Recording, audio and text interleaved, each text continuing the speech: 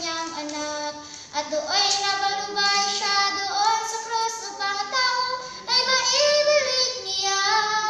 2 beses na ika'y akin, noon ay ginawa kita, ngayon